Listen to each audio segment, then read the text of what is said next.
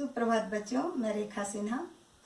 बच्चों, आज हम लोग मिलकर हिंदी में एक जैसे लगने वाले अक्षरों के उच्चारण में तथा उनके प्रयोग में होने वाले समान अशुद्धियों को दूर करने का प्रयास करते हैं।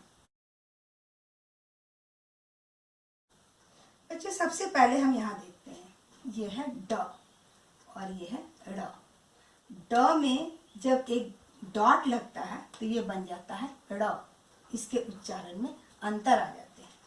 उसी तरह आप यहाँ देखें, ये है ढ और ये ढ में एक डॉट लगा तो ये बन गया ढ।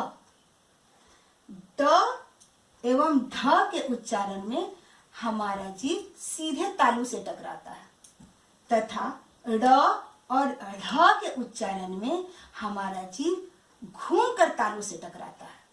जैसे कि आप इन शब्दों को पढ़ें, इससे आपको स्पष्ट हो जाएगा। आप यहाँ देखें, डाल, डंडा, डाकू, डकार। अब हम यहाँ पढ़ेंगे, पेड़, सड़क, गाड़ी, पहाड़। यदि हम यहाँ डॉट का प्रयोग नहीं करेंगे तो ये बन जाएगा पेड़, पेड़। सड़क, सड़क, गाड़ी, पहाड़। तो इस तरह से ये यहाँ ड़ के प्रयोग के लिए बिंदी लगाना बहुत ही आवश्यक है। अब यहाँ पढ़ें आप, ढोल, ढक्कन, ढेला, ढकना। जब इसमें एक डॉट लग जाएगा तो ये पढ़ा जाएगा पढ़ना। बाढ़, बुढ़िया, सीढ़ी। इस तरह से यदि इसमें हम डॉट नहीं लगाएंगे तो ये पढ़ना नहीं होकर ये बन जाएगा पढ़ना। बाढ़, इसके उच्चारण में अंतर हो जाएगा और ये एक निरर्थक शब्द हो जाएगा। तो बच्चों, एक चीज और मैं आप लोगों को बता दूं कि ये ड़ और ढ जिसके नीचे बिंदु है वो किसी भी शब्द के पहले वाले अक्षर में प्रयोग नहीं होते हैं, या तो दूसरे या तीसरे या चौथे में प्रयोग होते हैं। कभी भी ये हिंदी में पहले अक्षर के बाद प्रयोग होते हैं। तो आप समझ गए बच्चों। कहीं कहीं पर हम शब्दों में अक्षरों के नीचे बिंदु देखते हैं, परंतु इस पर अधिकतर हम लोग ध्यान नहीं देते हैं। बच्चों, इन बिंदुओं का शब्दों के उच्चारण में बहुत ही महत्व है। इन बिंदुओं को हम नुक्ता कहते हैं। ये अधिकतर ज और फ वाले अक्षरों में उपयोग किया जाता है। जैसे आप यहाँ देखें, ये है ज। जब हम इसमें एक नुक्ता लगाएंगे यानी ये बिंदु लगाएंगे तो इसका उच्चारण हो जाएगा ज।